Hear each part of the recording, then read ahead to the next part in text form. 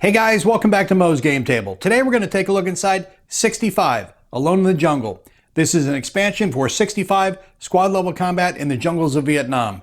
This is an expansion designed by Mark Walker and published by Flying Pig Games. Recently we took a look at 65 squad level combat in the jungles of Vietnam, and now today we're going to take a look at the Solitaire expansion right here, Alone in the Jungle. This will give you, I think, about 6 new scenarios that are Solitaire specific, a deck of Solitaire cards, and some new counters just for the Solitaire game. So let's take a closer look at all the components that come with the expansion. So we start off with the rulebook, our Solitaire cards, and our sheet of counters. So let's take a closer look at all the components. And we'll take a look at the counter sheet that comes with the expansion. At the top we have some new terrain tiles for use with the Solitaire scenarios. We have some random event markers as well as some event LOS markers. Now the event LOS is going to be just what you think it is. When you're in line of sight of this counter, it will trigger the event. Then we also have some objective markers, these 2X markers, veteran markers, and then over here we have the mystery markers. These are going to be out on the map. Not all of the enemy units will be out there. You'll have these as well. When these are flipped and revealed, that's when you'll put a unit underneath that counter. The counter will then activate when the corresponding symbol is on one of the action cards from the Solitaire deck, like the circle, the triangle, and the green circle, the black circle. When those are all triggered by the card, that's when the corresponding unit will activate. Next, we'll take a look at a few of the cards from the Solitaire deck. Remember I said with these mystery markers, these will activate based on the symbols from the cards that are drawn from the deck. In this instance, we have the green circle. That means these green units will activate.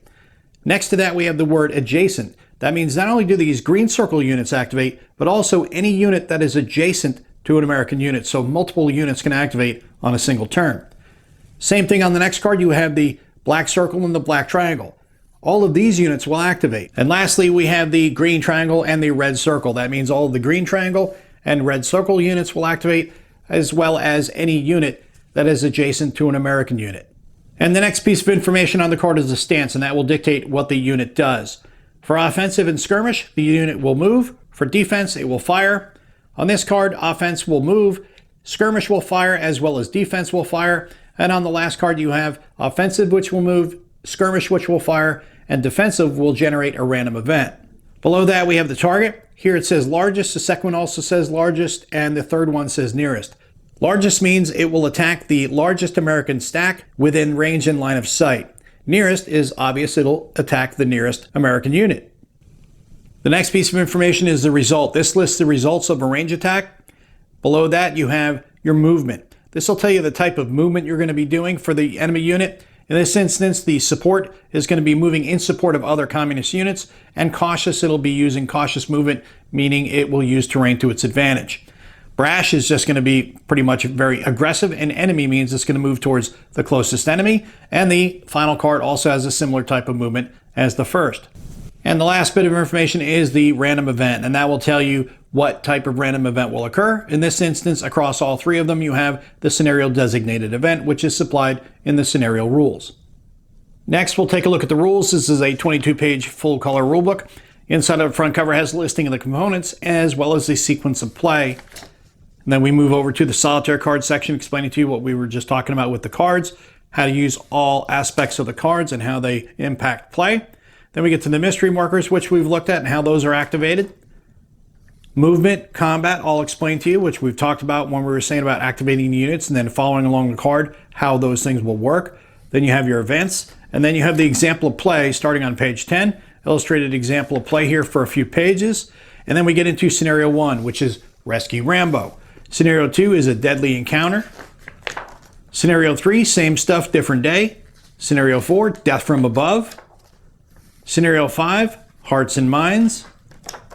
And lastly, scenario 6 with the patrol.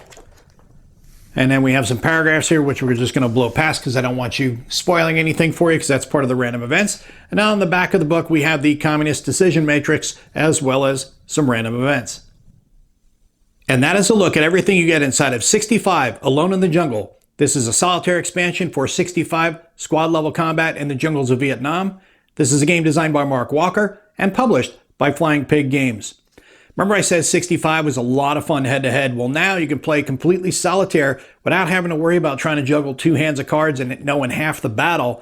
Here you can play against a dedicated solo module, and it has its own deck, has its own AI, so it's going to be a lot of fun to play. The other cool thing that I just found out is this game is almost out of stock. I got one of the last copies of it, but there is going to be a reprint and then a follow-on game that Mark is going to email me about, and I will share more about that as he gives it to me on the channel, so that way you know what the next module is using this same system. So looking forward to getting this one on the table, because I had a lot of fun face-to-face. Now I can play against a solitaire bot anytime and have 6 new scenarios, and then I also want to see how hard it's going to be to port the existing scenarios into the solitaire module, if that can be done at all. I'm sure it probably can, maybe some finagling, but looking forward to playing a lot more of this solitaire. Well, I hope that helps you guys out if you've been curious about this one. You have any comments or questions, post them down below. Thanks for tuning in, guys. See you next time.